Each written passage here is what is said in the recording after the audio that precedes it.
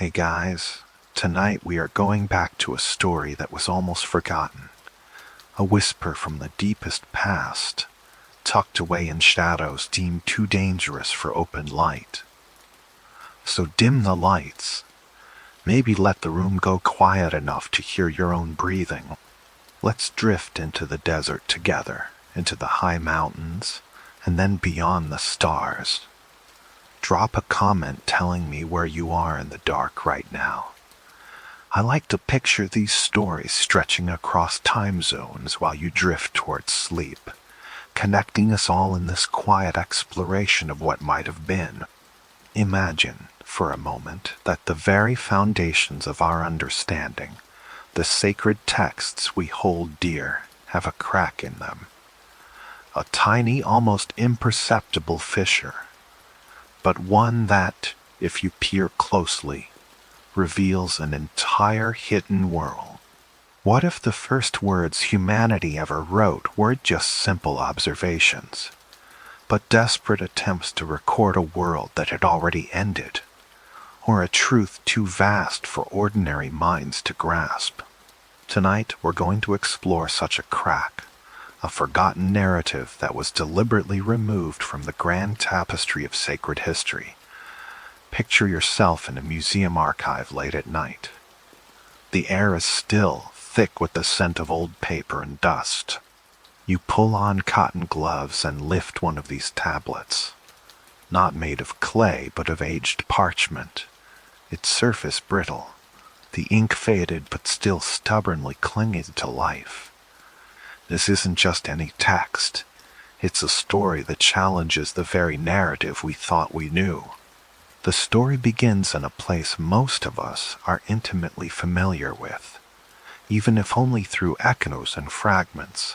The Book of Genesis. In its 6th chapter, a few verses, almost casually, drop a bombshell that has puzzled scholars and theologians for millennia. Genesis 6-4. It reads, "There were giants in the earth in those days. And also after that, when the sons of God came in unto the daughters of men, and they bare children to them, the same became mighty men which were of old, men of renown." Giants, sons of God, daughters of men, mighty men. It's a passage that feels like a sudden rift in the calm narrative.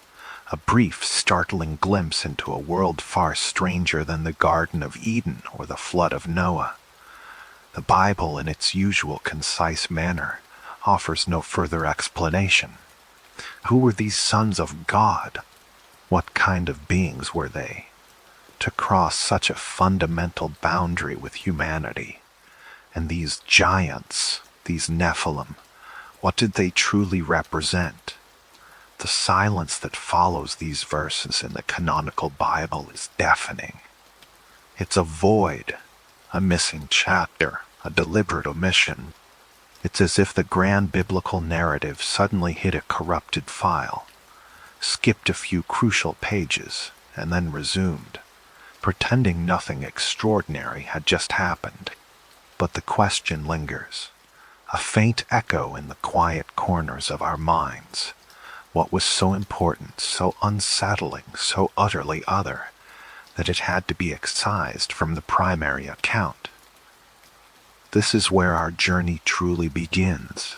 Into this silent chasm, into this unresolved mystery steps a book. A book that claims to fill those very gaps, to answer those unsettling questions. A book that was once revered, widely read, and considered scripture by early Jewish and Christian communities, only to be systematically suppressed, banished, and ultimately forgotten by the Western world for well over 1,000 years. This is the Book of Enoch, and it is the discarded puzzle piece, the missing testimony that dares to tell the full, astonishing story of those sons of God and the giants they spawned. It is a document of profound cosmic events, a chronicle of forbidden knowledge, and a testament to a time when the veil between heaven and earth was terrifyingly thin. It is a text that was deemed too dangerous, too revealing, too true for the carefully constructed doctrines that would follow. The clay is cool, slightly rough against your skin. You can feel the ridges where a reed stylus pressed into the wet mud 5,000 years ago, carving out the first words of what would become our recorded history. But the Book of Enoch wasn't carved in clay. It was etched in memory, preserved on parchment, and carried across continents through an almost miraculous act of cultural stubbornness. For centuries, for millennia, in the Western world, the Book of Enoch was nothing more than a rumor, a fleeting reference in the writings of ancient scholars and church fathers.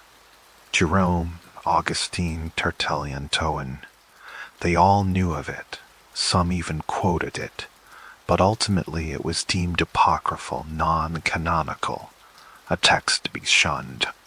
It vanished from libraries, was excluded from biblical canons, and faded into the mists of legend, largely dismissed as a fantastical fabrication. But history, much like a river, finds its own path. While the Western world meticulously scrubbed its records clean of Enoch, one corner of the globe held on to it with unwavering devotion. High in the rugged, isolated mountains of Ethiopia, protected by geography and a fiercely independent faith, the Ethiopian Orthodox Tewahedo Church became the unlikely ark safeguarding this forbidden text. In its ancient Jez language, the Book of Enoch was not just a historical curiosity. It was an integral part of their scripture, read, studied, and revered for generations. Imagine the sheer scale of this preservation. For over 1,000 years, while Europe debated dogma and burned heretics, while empires rose and fell, this one book, with its unsettling truths, lay hidden, a secret whispered from generation to generation in a language few outsiders understood. It was a time capsule, a message in a bottle, cast into the ocean of time, waiting for the right current to bring it back to shore. That current arrived in the late 18th century, with a man named James Bruce, a Scottish adventurer, explorer, and diplomat. Bruce was a figure straight out of a romantic novel, driven by an insatiable curiosity and a thirst for discovery. He embarked on an epic journey to find the source of the Nile. His travels led him deep into the heart of Ethiopia, a land then largely unexplored by Europeans, a land of ancient kingdoms and even more ancient faiths. It was there, in the quiet, candlelit monasteries nestled amidst towering peaks, that Bruce stumbled upon the impossible. Not just one copy, but 3 complete copies of the Book of Enoch, written in Jez. For him, it wasn't just an ancient manuscript. It was a ghost story made real, a legendary text thought lost forever, now tangible in his hands. Picture the scene: Bruce, a lone European, far from home, in a remote monastery, carefully turning the pages of a book that had been vanished from Western consciousness for over a millennium. The dry, crisp sound of the parchment, the faint smell of age and incense. It must have felt like retrieving a message directly from the deep past, a secret whispered across a vast expanse of forgotten time. He brought these manuscripts back to Europe in 1773, a treasure trove of forgotten wisdom, a challenge to established narratives. The rediscovery of the Book of Enoch sent shockwaves through the academic and theological world. Here was a text quoted in the New Testament itself by Jude, yet absent from every Bible. It was a tangible link to a different understanding of pre-flood history, a narrative that had been deliberately suppressed. It was as if a missing piece of humanity's collective memory had suddenly reappeared, demanding to be heard, to explain the inexplicable cracks in Genesis, and to introduce us to the extraordinary figure at its heart, Enoch himself. Before the great deluge, before the world was cleansed by water, there walked a man unlike any other. His name was Enoch, and he was the great-grandfather of Noah, the patriarch, who would eventually build the ark and save humanity from the flood. But Enoch's story, as told in Genesis, is brief, almost poetic, and deeply mysterious. Genesis 5:24 simply states, Enoch walked with God, and he was not, for God took him. He was not, for God took him. These 7 words are a profound anomaly in the long list of biblical genealogies, where every other entry ends with the stark finality of, and he died. Enoch did not die, he was translated, ascended, taken. He bypassed the universal human experience of death, becoming a bridge between worlds, a living testament to a different kind of existence. Imagine the implications of this. A mortal man walking among his peers, living a life that, on the surface, might have seemed ordinary, yet possessing a unique communion with the divine. He was a witness, an observer, uniquely positioned to see things that ordinary humans were not meant to see. His feet walked on the same earth as ours, yet his spirit soared to realms beyond. The Book of Enoch, which bears his name, claims to be his personal testimony, his first-hand account of what he saw and heard during this extraordinary period. It positions him as the ultimate cosmic reporter, an emissary between humanity and the heavenly host, tasked with recording the most profound and unsettling events that unfolded on earth before the flood. He wasn't just a prophet, he was a scribe of the cosmos, a chronicler of celestial dramas. Picture him, a solitary figure under the vast, unblemished pre-flood sky. The air is clean, the world is young, yet shadows are beginning to gather. He is observing, listening, meticulously recording every detail, every whispered conversation, every grand celestial event. He is the original truth teller, entrusted with a narrative so immense, so paradigm, shifting that it would eventually be deemed too powerful, too challenging to the accepted order, and thus suppressed. Enoch's unique status, the man who walked with God and was then taken tidy, makes him the perfect, almost supernatural narrator for the story of the Watchers. He is neither fully human nor fully divine, but something in between, an ambassador with unprecedented access to both realms. He is the one who saw the cracks in the cosmic order, who witnessed the forbidden alliances, and who recorded the consequences of a divine intervention that reshaped not only human civilization, but the very fabric of the world. His perspective is not one of earthly conjecture, but of direct, almost journalistic, observation from a vantage point beyond our understanding. He is our guide into the heart of the mystery, the man who saw what was hidden and dared to write it down. The air thins as you ascend, a chill wind whispering secrets across barren rock faces. Imagine standing on the summit of Mount Hermon, a towering sentinel between the celestial and the terrestrial. It is here, the Book of Enoch tells us, that the veil thinned and the first great transgression against the divine order began. 200 Watchers, or Grigori as they are sometimes called, descended, not with the soft flutter of feathered wings often depicted in later art, but with a profound, almost silent gravity.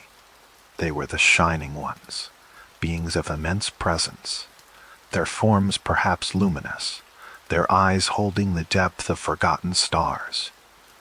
Picture the scene under a vast, inky sky, constellations wheeling slowly overhead as they have for millennia. The cold bite of the mountain air is sharp, carrying the scent of ancient stone and anticipation. There is no thunder, no dramatic fanfare, just the hushed arrival of these 200 beings, each a fragment of a higher realm, now choosing to anchor themselves to the rugged earth. Their leader, Samyaza, stood apart, his decision a heavy weight, a deliberate severance from the celestial choirs. He gathered his companions, and together they swore an oath, a solemn, binding vow that echoed not in sound, but in the very fabric of existence. It was a commitment to a path of no return, a pact to abandon their heavenly posts and descend fully into the human domain. This wasn't a casual visit. This was a deliberate act of rebellion, a calculated defiance of the cosmic laws. They gazed upon the daughters of men, and in their hearts a forbidden desire took root. The oath on Mount Hermon was their mutual agreement to take wives from among humanity, to procreate, and to share knowledge that was never intended for mortal minds. Feel the immense stillness of that night, broken only by the persistent, ancient wind. Sense the weight of such a promise, made by beings whose lifespans dwarfed human history, whose understanding of the universe far surpassed anything humanity could yet comprehend. It was a ritual of profound consequence, setting in motion a chain of events that would forever alter the course of human civilization and the very landscape of the pre-diluvian world. The mountain itself, Mount Hermon, becomes a silent witness, its peaks enduring, its slopes absorbing the echoes of this momentous decision. It is a place where two worlds collided, where divine will was challenged, and where the first seeds of a hybrid existence were sown. The Watchers, with their radiant forms and their profound knowledge, chose to step down, to mingle, to interfere. Their arrival was a disruption, a celestial tremor that registered deep within the earth, a turning point that would eventually lead to humanity's rapid, perhaps unnatural acceleration. This descent wasn't a gentle fall. It was a deliberate plunge into the earthly, a conscious choice to abandon the light for the shadows, to trade eternity for a fleeting, tangible desire. The stars above, indifferent and ancient, continued their slow dance, oblivious to the silent, momentous betrayal unfolding beneath their cold gaze. The oath was sealed, not with ink on parchment, but with an unspoken agreement among 200 powerful beings, under the vast, unblinking eye of the cosmos. With the oath sealed on the cold peaks of Hermon, the Watchers began their true work, a profound and unsettling technology transfer that rapidly propelled early human civilization forward, but at a terrifying cost. It wasn't just physical mingling, it was the sharing of forbidden knowledge, the unveiling of secrets that humanity was not yet ready to wield. Imagine the sheer wonder, and then the growing terror, as these shining ones began to instruct. Leading this instruction was Azazel, a prominent watcher, whose gifts were perhaps the most impactful and ultimately the most destructive. Picture the raw, untamed earth, humanity still struggling with stone and simple tools. Then, suddenly, Azazel steps forward, demonstrating the alchemy of metal. Hear the clang of hammer on anvil, the hiss of quenching steel, the roar of the forge fire. He taught men how to extract metals from the earth, how to smelt iron, to refine silver, to cast gold. He showed them how to forge swords, their edges glinting with a dangerous promise, and how to craft shields, heavy and gleaming, offering a false sense of invincibility. This wasn't just about survival, it was about dominance, about the capacity to inflict widespread harm. The smooth, cool weight of a freshly forged blade in a human hand. The unprecedented power it represented must have been intoxicating. It transformed conflict from a brutal, personal struggle into something more organized, more efficient, and infinitely more deadly. But Azazel's curriculum extended beyond the battlefield. He also taught women the art of adornment, the crafting of bracelets and ornaments, the subtle alchemy of cosmetics. Imagine the vibrant pigments, crushed from minerals and plants, used to darken eyelids, to redden lips, to alter the natural appearance. This was the birth of vanity, of seduction, of a focus on external beauty that, in the eyes of the divine, could lead to corruption and superficiality. It was about enhancing allure, about drawing attention, about creating a different kind of power, the power of attraction, often wielded for manipulation. Other watchers contributed their own specialized knowledge. Some unveiled the secrets of various roots and herbs, teaching humanity about their medicinal properties. How to heal, how to soothe pain. But with healing often comes the knowledge of harm. These were the origins of what would later be called magic, a deep understanding of natural forces that could be bent to human will, for good or ill. Herbs for healing, yes, but also for altering perception, for inducing trance, for concocting poisons. The line between remedy and curse began to blur. Still others taught the intricate dance of the stars, not merely for navigation or understanding the seasons, but for divination. They shared the celestial mechanics, the orbits and conjunctions, but infused it with the forbidden art of astrology. The belief that the fate of individuals and nations could be read in the cosmic patterns. This was an attempt to seize control of destiny, to peer into the future, to bypass the natural flow of time and revelation. It was a dangerous shortcut to understanding, bypassing wisdom for prediction. This was not a slow, organic evolution of human ingenuity. This was an unnatural leap, an accelerated development fueled by borrowed knowledge, a sudden infusion of advanced concepts into a primitive world.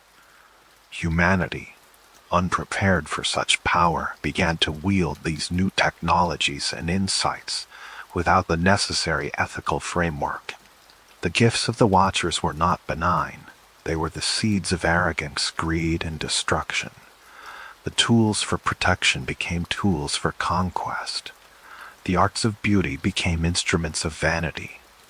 The secrets of nature became means of control. The star, as once a source of wonder, became a map to forbidden foresight.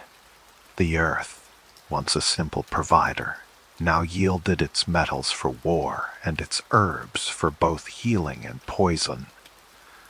This rapid advancement, this sudden enlightenment, was less a blessing and more a curse, setting the stage for the next horrifying consequence of the Watchers' descent. From the illicit union of the Watchers and the daughters of men came the Nephilim, a race of giants whose very existence was a monstrous affront to the natural order. Imagine the hushed terror that must have swept through early human settlements as these colossal beings began to emerge. They were not merely tall. They were gargantuan, their forms casting long, shifting shadows across the burgeoning landscape. The Book of Enoch describes them with an almost mythic exaggeration, claiming they stood 3,000 cubits high. While likely symbolic of their immense scale, this figure paints a vivid picture of beings so vast they dwarf the tallest trees, their heads seemingly touching the clouds. Picture the earth itself groaning beneath their footsteps. Each stride a heavy thud that vibrated through the ground, sending shivers up the spines of any who felt it.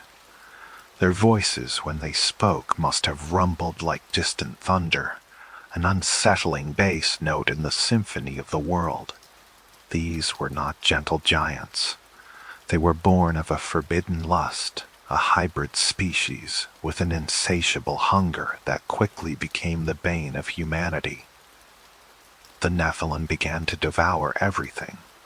First, they consumed all the produce of the earth. Imagine entire fields of grain, fruit orchards, and herds of livestock vanishing in the wake of these colossal appetites. The land, once bountiful, quickly became barren and depleted. The world's resources, finite and delicate, were no match for their unending hunger. They stripped the plains, emptied the rivers, and ravaged the forests, leaving desolation in their wake. This was a hunger that transcended mere sustenance. It was a physical manifestation of the Watcher's own unchecked desires, now magnified and given monstrous form in their offspring. As the earth's bounty dwindled, the giants' hunger turned to other things. The Book of Enoch states they began to devour men. Picture the sheer terror of early human communities. Their rudimentary defenses utterly useless against these towering predators.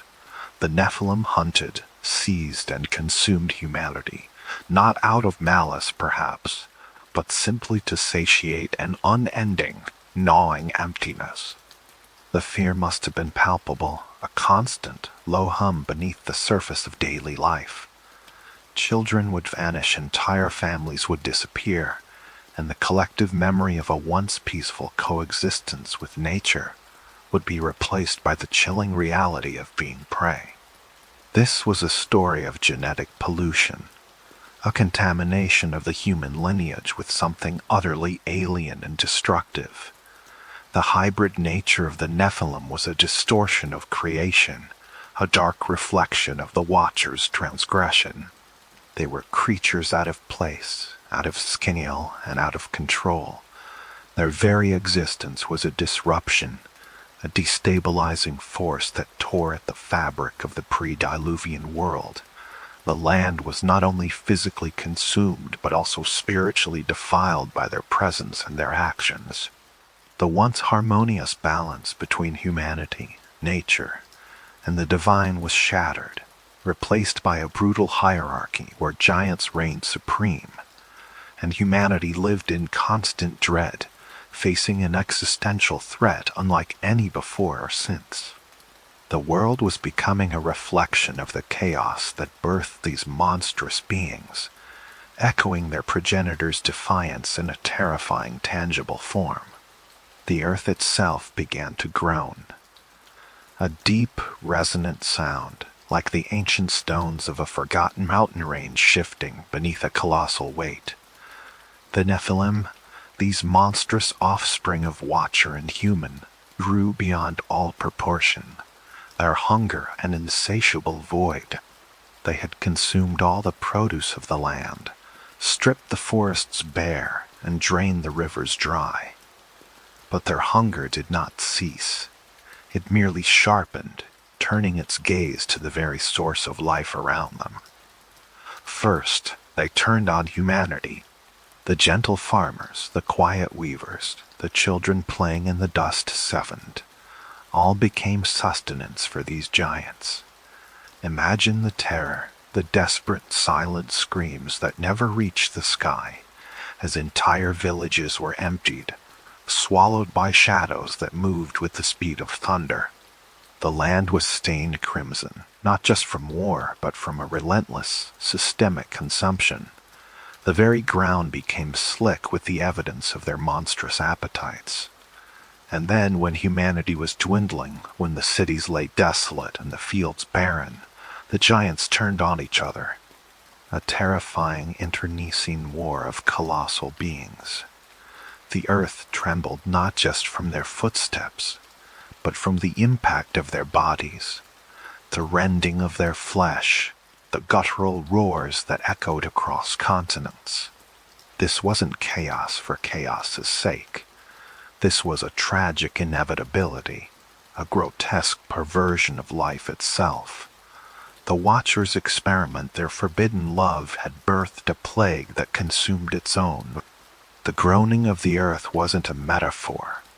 It was a raw, visceral cry of pain, a planetary lament that finally pierced the veil between worlds. It rose, slow and heavy, through the atmosphere, a silent plea for intervention.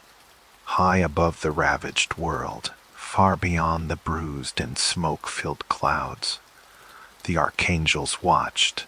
Michael, the warrior of light, his gaze steady and sorrowful. Gabriel, the messenger, his presence radiating a quiet power. Raphael, the healer, his heart heavy with the suffering he could not mend. Uriel, the watcher of the world, his eyes seeing every drop of blood, every tear, every shudder of the tormented earth. They saw the chaos below, the sprawling, broken cities, the desolate plains, the grotesque forms of the Nephilim devouring what remained. They observed the blood-soaked ground, the air thick with the stench of death and decay. Their silent vigil was not one of judgment, but of profound understanding. They understood the gravity of the Watcher's transgression, the unforgivable breach of cosmic law. The forbidden knowledge, the mixing of species, the birth of the giant-side, it had all culminated in this agonizing spectacle of self-destruction. There was no anger in their observation, only a deep, solemn recognition of a broken covenant. And so, with a quiet, unified resolve, they turned their attention towards the highest heavens, towards the throne of glory. Their report was not a panicked outcry, but a weighty declaration, a testament to the destruction that had unfolded. They spoke of the Watchers, of their oath on Mount Hermon, of the knowledge they had imparted, and of the monstrous offspring they had begotten. They spoke of the earth's groaning, of humanity's suffering, and of the irreversible corruption that had taken root. The judgment was not swift, but it was absolute. The Most High, the Ancient of Days, heard their report, and the decree was given. The Watchers, these shining ones who had fallen from grace, were to be bound in the deepest parts of the earth, in the darkness of the abyss, their light extinguished, their power stripped away. They would remain imprisoned there, in chains of eternal night, until the final great judgment. Their rebellion would be undone, their influence purged, and the earth would be cleansed. The archangels, silent and majestic, prepared to descend to carry out the solemn necessary work of cosmic restoration. But why would such a profound narrative, so rich in cosmic drama and so seemingly explanatory, be systematically purged from the sacred texts? Why would the early church fathers, the very architects of Christian doctrine, deem the Book of Enoch too dangerous to keep? The reasons are subtle yet deeply impactful, touching upon the very foundations of theological understanding. Consider the core tenets of early Christian thought.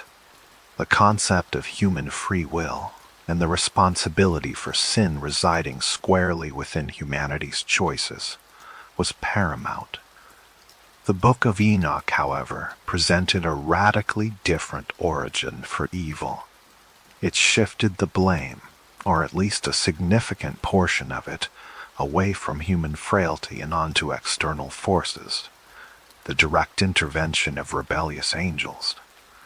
If angels introduced sin, if they taught humanity forbidden knowledge that led to corruption, then where did that leave human culpability? It muddied the waters, creating a theological challenge to the idea of humanity's inherent fallen nature and its sole responsibility for its moral failings. Furthermore, the very nature of these watchers was deeply unsettling. Angels, in traditional Judeo-Christian theology, were spiritual beings, devoid of carnal desires, pure and incorruptible servants of God. The Book of Enoch depicted them as having physical bodies, capable of lust, capable of procreation with human women. This was a scandalous notion, a direct contradiction to the established understanding of angelic beings. It introduced a level of physicality and moral ambiguity to the heavenly hosts that was simply too uncomfortable, too jarring, for the emerging church to reconcile with its carefully constructed doctrines.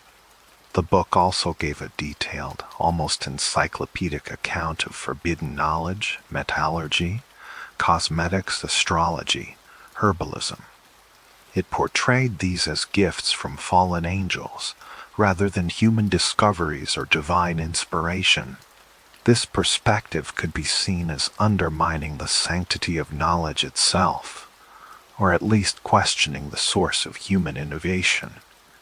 If knowledge was tainted at its very root by demonic influence, what did that imply about human progress and the pursuit of understanding?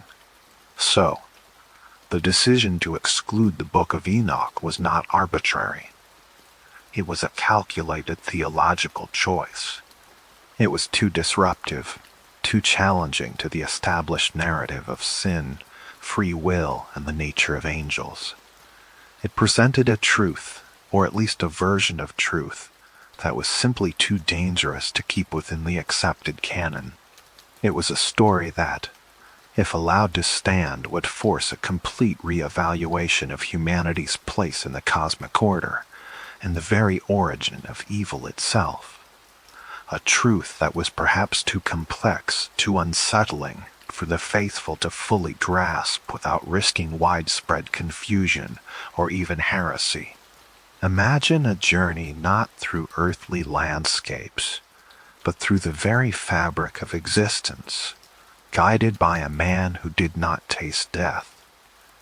Enoch, the seventh from Adam, walked with a different kind of purpose, his steps echoing not on the dust of the earth, but through the silent corridors of what he called crystal houses. He describes an ascent, a departure from the familiar, where the ground beneath him receded, and the air thinned into an obsidian canvas dusted with impossible light. This was no gentle, ethereal rapture into a cloudy heaven, but a precise, almost mechanical translation. Picture the world falling away, a blue marble shrinking, then becoming a distant star itself.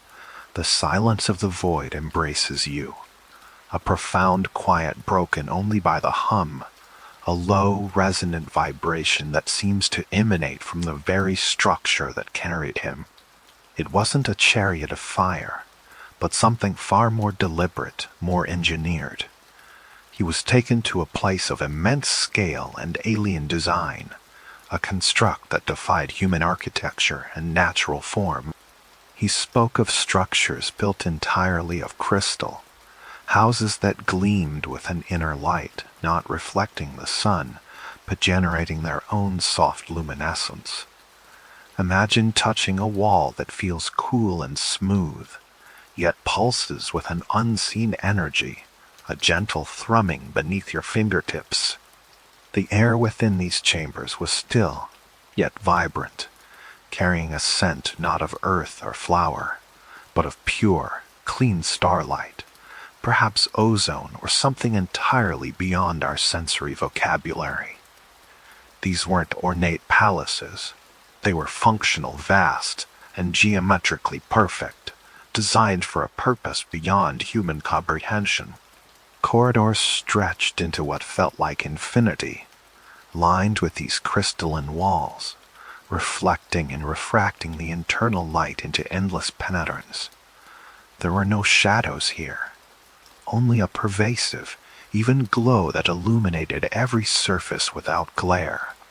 And within these colossal structures, Enoch was shown stars beyond this place. Not just the constellations we chart from Earth, but entire galaxies, nebulae, cosmic nurseries of creation, all laid out with a clarity and proximity that should be impossible. He saw the orbits of planets, the paths of comets, the intricate dance of celestial bodies, not through a telescope, but as if he were standing among them, or perhaps within a grand observatory crafted by beings who mastered the cosmos. He walked through halls where walls of living flame stood, yet they did not burn. Imagine reaching out, your hand passing through a shimmering curtain of fire that felt cool to the touch, a paradox that speaks of technology so advanced it mimics the divine. This was a fire that illuminated, purified, and empowered rather than consumed. It was a power source, a conduit, a representation of energies harnessed and controlled, not an uncontrolled inferno. And then there were the beings, not winged seraphim singing hymns, but shining ones, often described as men of light, their faces like lightning, their garments like snow. They moved with a quiet authority, their voices resonating with a depth that seemed to vibrate through the very crystal beneath Enoch's feet. They were the architects, the guides, the ones who revealed the secrets of the universe to him. This vision, this journey fundamentally shifted Enoch's understanding of reality. It presented a universe not just ruled by an invisible God, but structured, observed, and perhaps even managed by entities who possessed immense knowledge and technology. It was less a spiritual rapture and more an immersion into a higher scientific or cosmic order. And here lies the profound discomfort for the early church. If heaven was a place that could be built, a construct, a vessel, what did that say about its occupants? If angels could operate within such advanced physical parameters, teaching technology and intermingling with humanity in a tangible way, did it not demystify the divine? Did it not ground the supernatural in something almost, dare we say, extraterrestrial? To speak of crystal houses and stars beyond this place was to hint at a cosmos far more complex and perhaps less purely spiritual than the emerging doctrines of the church preferred. It suggested a physical intervention, a structured reality, rather than in purely abstract, ethereal realm.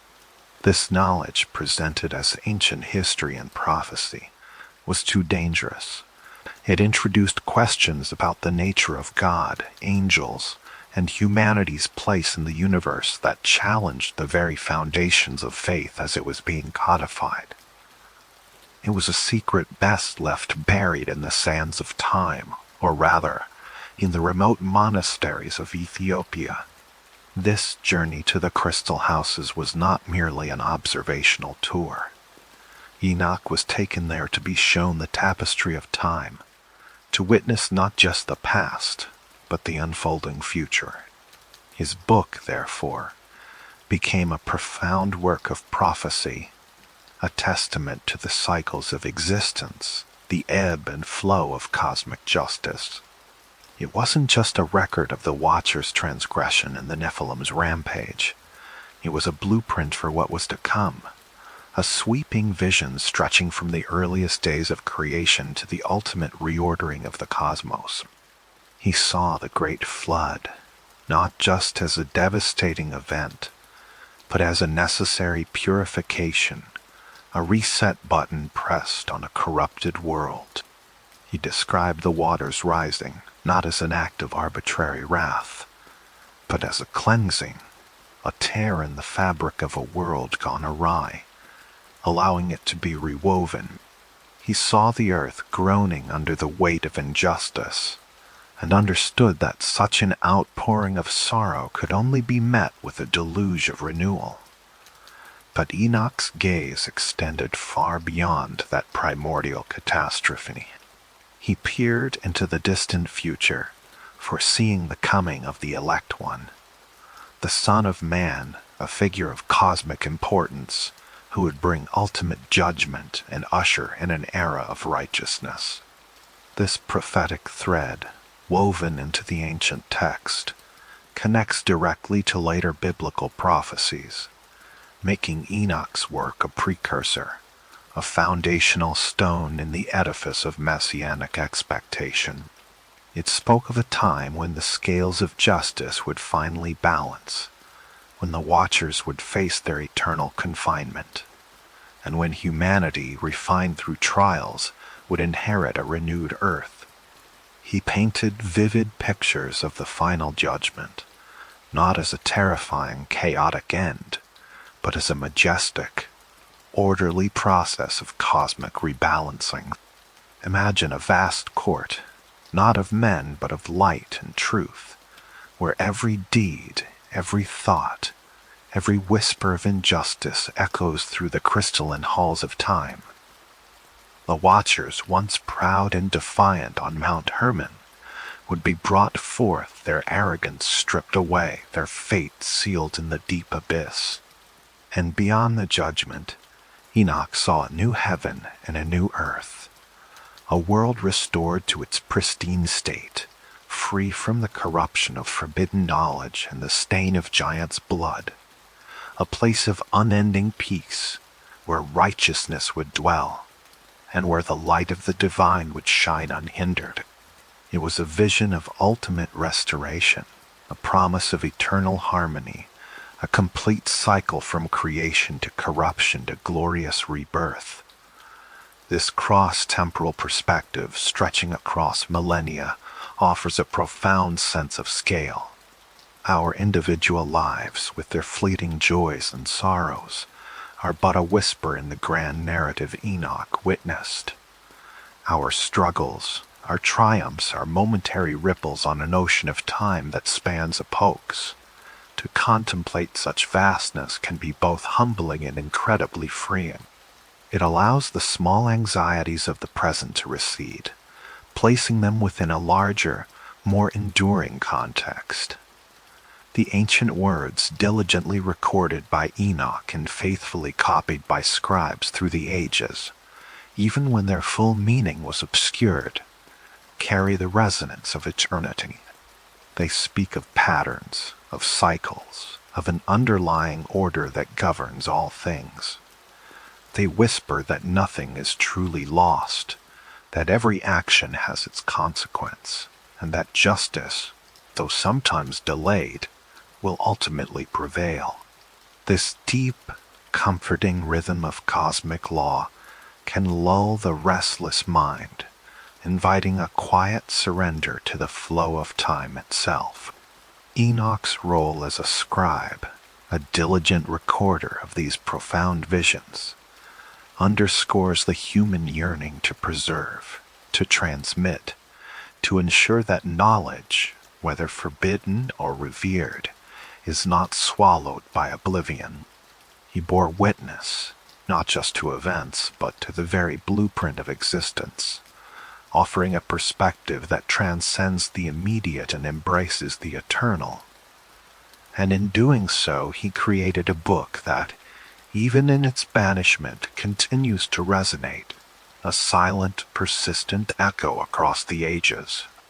The book, though banished from the canon, continues to exist.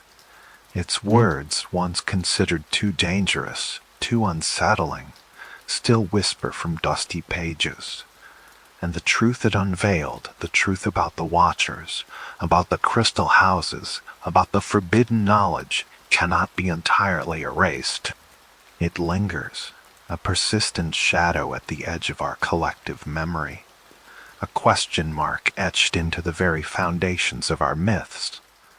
Are they truly gone, those shining ones who descended upon Mount Hermon, imprisoned in the dark abyss, as the prophecies proclaim, or perhaps merely banished to a dimension beyond our sight, a frequency we can no longer tune into? The stories remain, a testament to humanity's primal fear and fascination with beings from beyond, whether they be angels, gods, or visitors from distant stars. They have become the ghosts of our ancient history, specters haunting the quiet places where fact and legend intertwine. Tonight, as the world settles into its own gentle hum, you are the only watcher. You stand on the threshold between wakefulness and dreams, guarding the quiet edges of your own consciousness. The ancient tales have drifted through the air, carried on currents of thought, like dust motes dancing in a beam of moonlight. They are now part of the vast tapestry of your inner landscape, woven into the fabric of your imagination. Let the lingering questions about forgotten texts and fallen angels gently recede. Allow the images of crystal houses and ancient oaths to dissolve into the soft, comforting darkness. The weight of millennia, the burden of forbidden knowledge, can now be returned to the quiet archives of history. Feel the stillness in the room, the gentle rhythm of your own breath. The stories have been told, the secrets unveiled, and now it is time for rest. The snows of Mount Hermon have melted, carried away by the spring thaw, leaving only the quiet memory of a mountain that once held a momentous oath. Now, close your eyes,